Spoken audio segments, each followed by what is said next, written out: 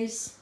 Ngayon gagawa ako ng apple roses. Yung mga sangkap na kailangan natin.